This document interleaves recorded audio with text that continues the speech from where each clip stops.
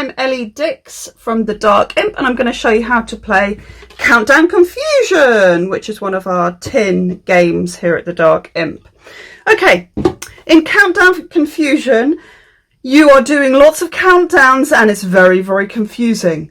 To start with, I want to show you the cards so you know what you're looking for.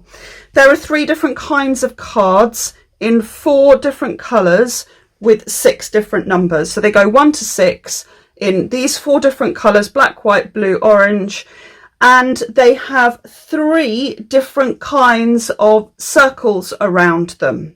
And before you start the game, it's important that you understand what you're looking for. So this is a blue 4. According to the player aid, this double line means no change. It is a blue 4. So no arrows, 2 circles with no arrows, blue 4, no change. It is what it looks like it is. However, if you get a card where there is an arrow in the middle, like this one, you're going to change the number. A 1 becomes a 6, a 2 becomes a 5, and a 3 becomes a 4. So it's like the opposite sides of the dice.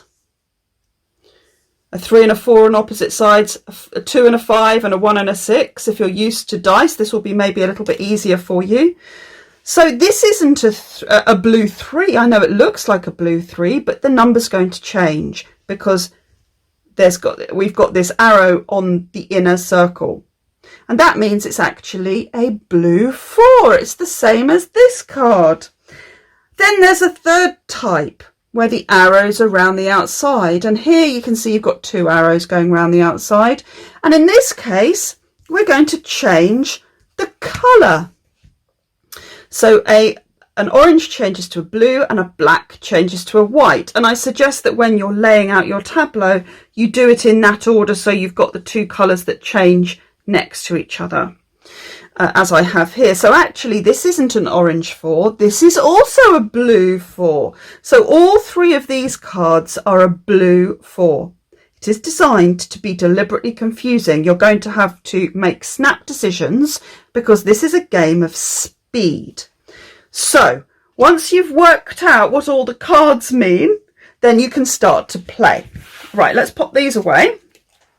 So you can play with what's in the box with 2 to 4 players, but there's also a sheet that you can download, which means that you can play it with up to 9 players. You just need extra ones of these marker cards to lay out more tableaus for the extra players. The 2-player game is slightly different. I'll come on to that right at the end. So let's assume that we're playing a 4-player game now. Each player is dealt a hand of 8 cards. And so the cards are a mixture of the numbers, the colours and the arrows. And one player, the starting player, is also going to get the counting card. Everybody plays simultaneously. The player with the counting card is going to do a countdown from 10 to 0. They will set the speed.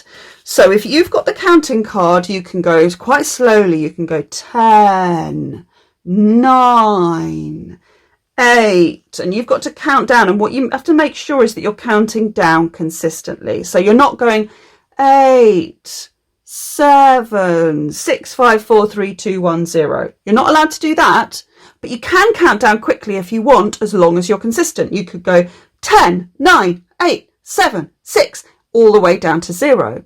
As soon as you get to 0, everybody must have chosen one of the cards from their hand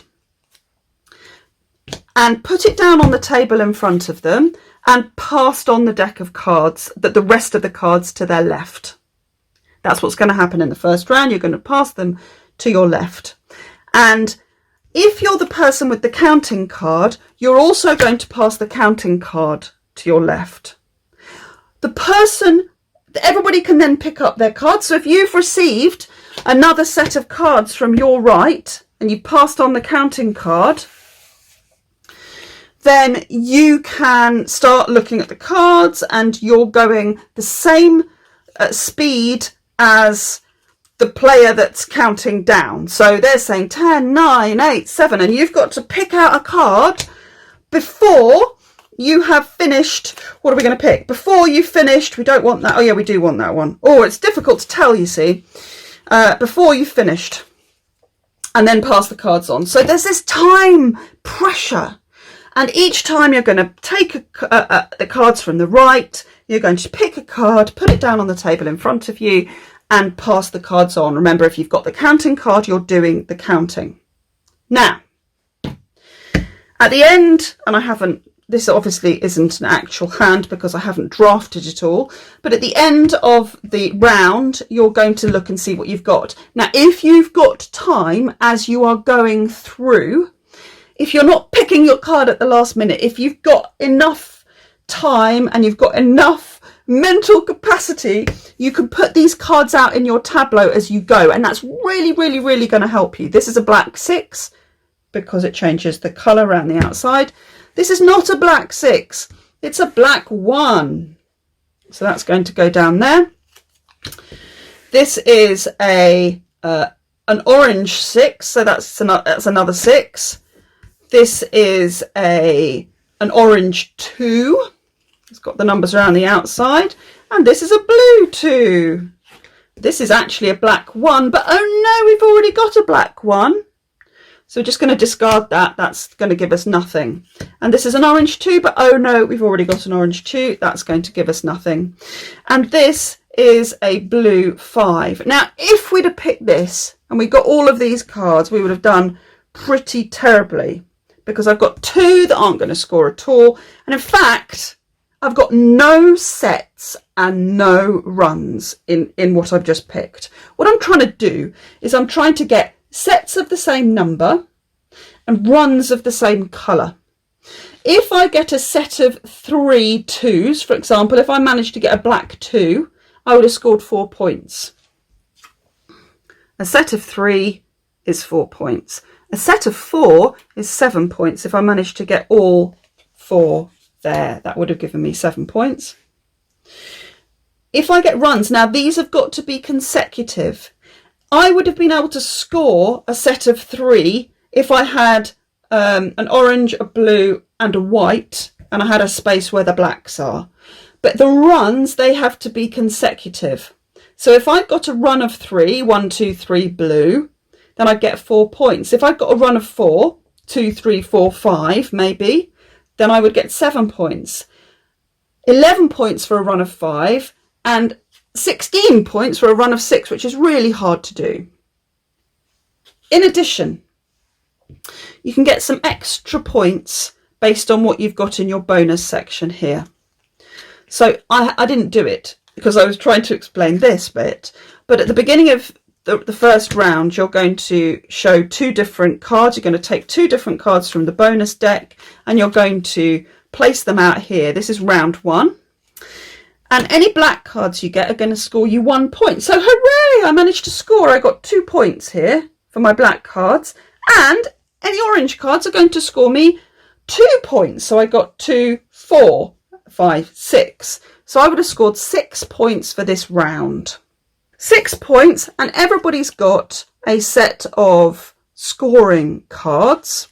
This card shows the tens, this card shows the units. So if I was on 6 points, I'd keep it on this side here and go up to 6. Right, so I've got 0, 6, 6 points. When I move up to, let's say, 29 points, that is what I'll be on. I can flip this if I get more points. 54 points, that would be there. 68 points, etc. So that's to keep track of your score. Careful you don't knock it, put it to one side. At the beginning of the second round, you're going to draw 2 more bonus cards, which you're going to put out. So, oh, there's a 2 and there's a 4. So this time, on the next round, we're going to have, you still get 1 bonus point if you get a black, but you'll also get 1 bonus point for every 2 you've got. So in this case, I would have done much better.